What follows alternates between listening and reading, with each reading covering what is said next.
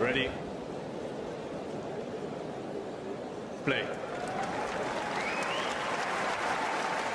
Just quickly on Iga, no singles final at least since the Roland Garros French Open. So we're probably, because I think Miami might be tough for her, we may well go an entire non-clay court season without a final. Now the question is, Mario, and you could probably guess the question is, reasons for concern or no big deal right now? For sure, yes, in my opinion, because it's of course uncommon, for a player like that to not play finals. I don't want to say with regularity, but at least, a couple here and there.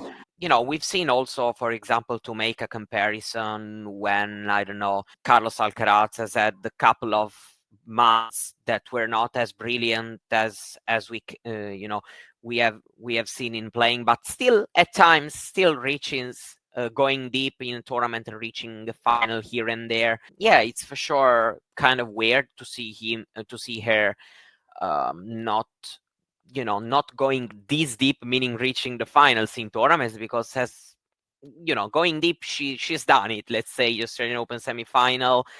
For me, the most important thing is that she has still shown that there is the level to reach the final, because when you are 1 point away from the Australian Open semi-final, the level is kind of there. But and this is for me the weirdest thing and probably most concerning about their game. She slows down a little bit in the pressure moments and when things gets tight, and it's a bit uncommon to see her doing this, because yes, we have known her for being also a very dominant player, capable of giving astonishing score lines to her opponents, but she also was known to be kind of a clutch player. For example, I know it's Clay favorite tournament, but still the French Open against Osaka, most of us probably were thinking, okay, probably she's going to lose here, or against the final against Sabalenka last year in Madrid. And other times it happened also on hard courts for her to be very good in pressure moments, and this hasn't been the case recently. So probably probably this is the most concerning things, rather than just being in the final. You win a second set that way against Andreeva, as good as Andreeva is, also in that first set, the way it ended in the tiebreak against Keys, she could have played better in some circumstances. Then, I mean, of course, Keys' storyline completely, overwhelmed our thoughts about Tiga's performance or Arena in the final as well.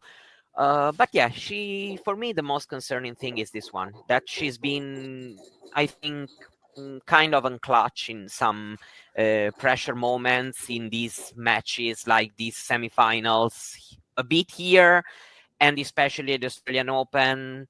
And, it happened quite a few times. Agree. I think, first of all, the opponents mustn't be. I think that they've stepped up. Even Coco, I know she's had a rough 6 weeks, if you like, but if we think about Coco before that loss to Paula Badosa, she had certainly stepped up and was a more formidable opponent for Iga. And then, of course, she proved that as well in the United Cup.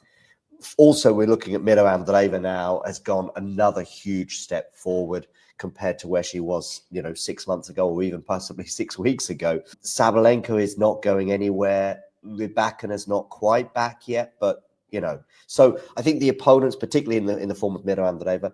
But I agree with you that there's two other very tiny the points that you made that I'm going to re-emphasize, if you like, which is it's just 1 point perhaps in Australia, and she just makes the final there, and it's a big step forward, a bigger step than the semi-final is or was. And then you're right, I think a bit of confidence, which is going to get, it's going to get a vicious circle in a way. It's going to get worse every time she gets to sort of semi-finals and not quite getting over the line. So it's a bit of all of that. Finally, Jake, regarding moving forward on a hard court, I don't know, if I'm honest. I don't know if the coaching change is going to reap the rewards that she's obviously very keen to reap in terms of getting better on a hard court, but I don't see a big change in her game thus far on a hard court. It's not like she's doing drop shots all the time, Mario, or you know, she's serving bigger than ever before. I think her serve is better than it used to be, but yeah, I think really just confidence in those key moments that you mentioned. That's all I could possibly say on a hard court. A bit more variety would be great, but it's easy for us to say. I remember Tommy Paul, good friend of Mario's, slight exaggeration, people, but hopefully you get my point. I remember Tommy Paul being posed a question in Australia, I think, when he lost the semi-final. Why didn't you come to the net more? Well, you know, firstly, it's not his game. Secondly, Novak doesn't give you short balls, you know. So if Novak is going to do 3 hours of hitting the baseline, then you can't come to the net. So Yeah. there's a lot of things going on there. If you enjoyed this video, make sure you hit that like button.